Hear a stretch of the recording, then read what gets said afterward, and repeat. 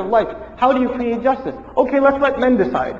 They'll favor men. Let's let women decide. They'll favor who? Women. How can we get a judge who's neutral? A neutral judge. Doesn't side with men, doesn't side with women, actually loves and sides and understands both of them perfectly. Who's the only one who can be that? That can only be Allah. The one who created both of them and knows them better than they know themselves. He can only be the fair judge. That's the only one who can be the right judge. Here's another problem. The first problem was man versus woman. I'm going to show you 4 problems, okay? And then we'll conclude. The first problem was man versus woman. Here's the second problem. The boss versus the employee.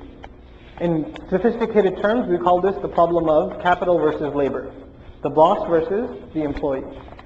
The boss has an employee, he pays him, let's say, $200 a week.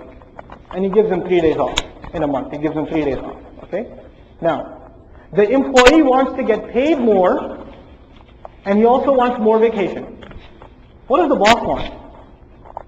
He wants to pay him more or less. He wants to pay him less, and wants to give him less vacation. The employee wants to work less and get paid more. The employer wants to pay less and get work out of him more, right? So you have to have a balance between them.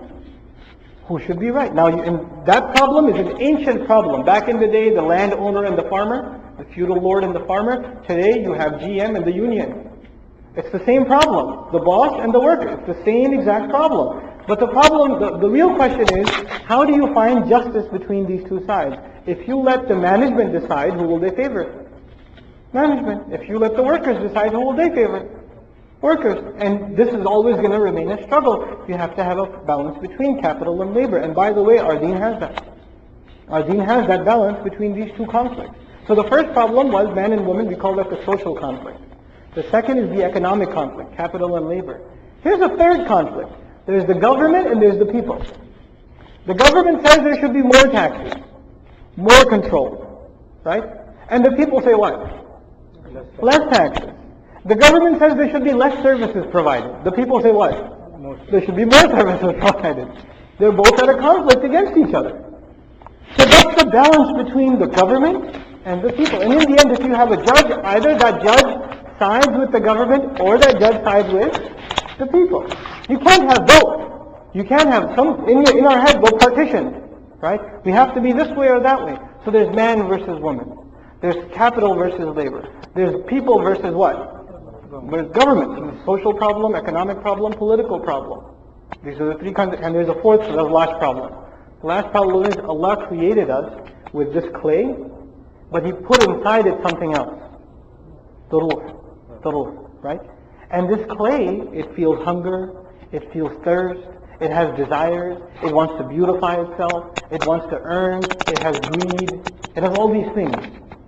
But the ruh wants to worship Allah, wants to remember Allah, wants to stand in qiyam. The soul says, keep standing, finish it. You can hold on. The body says, go take a break, go drink some water, go eat something, go get some extra sleep. The soul says, wake up and come to Fajr. Right? The body says, stay sleeping. There's another war going on, not between outside entities. Where's this war going on? Inside every person. There's a battle between the soul and the body. There are some people who only take care of the needs of their body. There are other extremists who only take care of the need of their soul. Like some monasteries among the Christians, look, we're not going to get married, we're not going to eat good tasting food, we're going to wear uncomfortable clothes. Like some brands of ancient Sufis in Islamic tradition, in other words, Suf comes from Suf, which is a wool. They used to wear really uncomfortable wool because they did not want to enjoy the pleasures of this life. They only want to keep concerned with their soul, so they keep denying their body. Now, is there a balance that can be reached between these two things? There is, but it's very difficult. The Buddhist has his own balance, and the Hindu guy has his own balance, and the Christians try to figure out their own balance, and they end up all in imbalance. Who's the only one who can provide the perfect balance between the body and the soul? The one who created the body and also created the soul, who engineered this whole thing. In other words, true balance can only come from Allah Azza wa Jalla in this world. These are all the problems of humanity. These 4 are basically the entire problem of humanity. When we get to the ayah, Ihdina as-sirata al-mustaqim, guide us to and along the straight path. Where is the straight path? It's neither to the left nor to the right. And the nation that goes on this path is called the middle nation, ummatan wasata. Why? Because this path is right down the middle. It doesn't favor men, it doesn't favor women. It doesn't favor government, it doesn't favor people. It doesn't favor the body, it doesn't favor the soul. It is a balance between all of these things. It's right down the middle. It's right down the middle. And so we have to ask Allah for that. We make Allah the judge. Ihdina as-sirat al-mustaqim. It's an incredible declaration in the Fatiha and a recognition that true justice only comes from Allah Azza wa Jal. This is the quest for hidayah. A lot of times we think of guidance as something about just, staying away from certain haram things, and that's it. That's what guidance is. Guidance is something so much more. It's something so powerful. The stuff we've been reciting tonight, and just, we finished Baqarah tonight, alhamdulillah, and we started Al Imran. The things we've been reciting thus far, if the Muslims just understood a speck of what has been recited thus far, we would be a different ummah. We would be an entirely different ummah. May Allah Azza wa Jal make us of those who beg Allah for His guidance and are able to live by that guidance. May Allah Azza wa Jal make us of those who follow the path who Allah already favored in the past, and not make us of those who either they earned rage or they went astray. They went the wrong way. And this is the last 5 minutes and I'm going to be done, inshallah ta'ala, I promise. Here's my last 5 minutes. The Fatiha begins, Alhamdulillahi Rabbil Alameen, Ar-Rahman Ar-Rahim, Maliki Yawmiddin. Those are all ideas. Those are lessons. You could call them knowledge.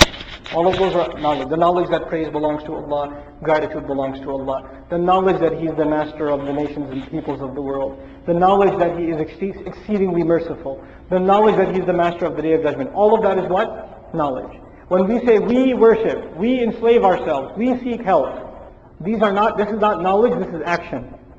Right? This is action. The surah began with what? Knowledge. And immediately what did we start talking about?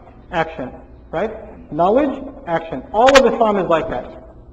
You have to have knowledge, and that knowledge better lead you to action. That's all of Islam in Fatiha. Knowledge, then action. But here are two extremes. We said it's the middle path, right? So there's a balance between two things, two ingredients, knowledge and what? Action. That's also part of guidance. But what are two extremes? Sometimes people have knowledge, but they don't have what? Action. They don't have action. And sometimes people have action, but it's not based on any knowledge. And this used to be, if you want to look at the nations of the past, Jews, for example, Bani Israel, they had knowledge, but no action. The Nasara, they had a lot of action. They worship a lot, the Rahban and all of this stuff, but what is it not based on? No, what's missing is knowledge. You got two extremes, each one missing one ingredient, right? Now in the Fatiha, the balance is the middle path. Ihdina as-sirat al-mustaqim. But what are the two imbalanced paths? غَيْرِ الْمَغْضُوبِ عَلَيْهِمْ Two extremes, right? Two imbalanced paths. The path of those who earned rage. You know who these people are? They have knowledge, but they don't have action. This is al-maghdubi alayhim. And who are the people that are lost? Ad-dallin. I don't say gone astray, because you don't use that nowadays anymore when you speak to each other. When somebody invites you to dinner and you get lost on the way, you don't call them and say, hey, I've gone astray. Could you tell me what exit to take? You don't do that. You say, I'm lost. Right? Ad-dallin are the lost. They're the lost. So you have al-maghdubi alayhim, the people who have knowledge but don't have action, consistent with that knowledge. On the other hand, you have people that have action, but it's not based on any knowledge. When you act without knowledge, what are you called? Lost. Ad-dallin. SubhanAllah, the surah has that balance and then warns us against these two elements of imbalance. And these are some of the most basic lessons and profound wisdom, the gems, the treasures that are embedded inside Surah Al-Fatiha that we recite every single day. Every single day. We ask Allah for, this is the center of the surah, Ihdina, I have 1 minute left, Ihdina, guide us. If I ask you for water, I'm not that thirsty right now, but if I ask you for water and you don't give it to me, I'll survive. Right? Not the end of the world. What if I was dying of thirst? The way I would ask you for water, would it be the same? There's a difference, right? There's a difference in attitude, and the difference in the way I act, the difference in the way I beg. We ask Allah for guidance every time we stand in salah. Every time. How do we ask Allah for guidance? What words do we recite? Ihdina as-sirat al-mustaqim. Are we really dying of the thirst for guidance? Or is this a casual, if I get it, good, if I don't get it, it's okay. There's always the next rak'ah. I could ask for it again. What attitude is it with which we are asking Allah? Allah doesn't just know the words we're saying. He also knows the attitude of our heart. إِلَّا مَنْ أَتَى اللَّهَ بِقَلْبٍ سَلِيمٍ. We have to ask Allah for guidance sincerely, desperately. We have to feel the need for it. You don't ask for something you don't need. So until you feel the need for guidance, you won't really learn how to ask for it. You and I both. We have to feel that desperate need for Allah's guidance. Then we ask for it. Then Allah opens our heart to receive the message and the wisdom of this Quran, which is the guidance that we're reciting throughout this month. May Allah Azza wa Jal accept our standing in Salah. May Allah Azza wa Jal open our hearts to receive His guidance and change our behavior in our lives and the lives of our family on account of it. May Allah enlighten our hearts with the light of the Quran. سبحانك اللهم وبحمدك نشهد أن لا إله إلا أنت نستغفرك ونتوب إليك والسلام عليكم ورحمة الله وبركاته. I wasn't really asking.